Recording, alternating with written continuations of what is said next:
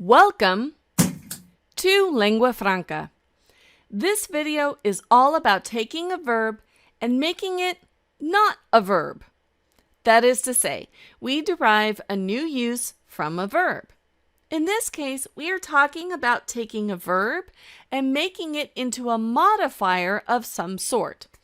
Believe it or not, it is one of the easiest processes in all of the grammar of Spanish. So what exactly is a participle? To put it briefly, a participle is when we take a verb and make it into a modifier of some kind, either an adjective or an adverb. In Spanish, just as in English, we have two different types of participles: present participles and past participles. We will look at each one separately as they have very different roles. Present participles are also called gerunds in many grammatical explanations. In English, it is the ing form of the verb, like walking, talking, singing, etc. In Spanish, they have a very different form, ending in ando or yendo. It is a pretty easy grammatical element to form. Even our highly irregular buddies ser and estar are normal, as are other normally problematic verbs such as tener and poner. In fact, there are really no true irregular present participles. However, there are a couple of quirks. There are some verbs that will have a y instead of an I in their gerund suffix. These are er and ir verbs that have a stem ending in a vowel. So verbs like leer and oír will have a y in their forms.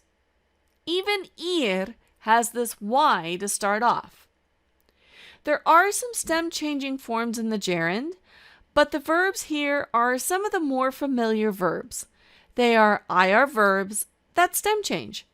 So dormir and pedir have a minor alteration. See? Not that bad, right? We use gerunds or present participles in two main grammatical functions. The first is in the progressive forms. We focus an entire video on this construction. The second and less common usage is when the present participle is used as the adverb to describe the motion of an action. This is something we will come back to in another video down the line. It is really important to note that these present participles never agree with anything. And that makes sense, since they are not modifying a noun. Therefore, there is no gender or number to pick up on. Now for past participles. They are equally easy to form. Simply add ado or ido to the stem. And just like before, there are very few irregularities. Most all of the typically irregular verbs have a very normal past participle. Okay, there are a few irregular past participle forms, but this is pretty much the entire list. But we can also make compounds from these verbs, and those compounds include the irregularities of the original stem. We primarily use past participles in two roles. First, when used with haber, they form the perfect form of any verb conjugation. More on that in many other videos. But the other role, and the one that you may already know, is as stative adjectives, meaning they describe the state of being or the emotion of a person. In fact, you have been learning a series of adjectives since you started down this Spanish language journey that actually have been past participles. These adjectives all describe states and emotions, and you have learned them up until now as such. Adjectives that describe states of being. But in truth, these adjectives all were formed from verbs, and they all have verb counterparts in the Spanish language. This procedure is frequently done in Spanish, just as it is in English and other languages.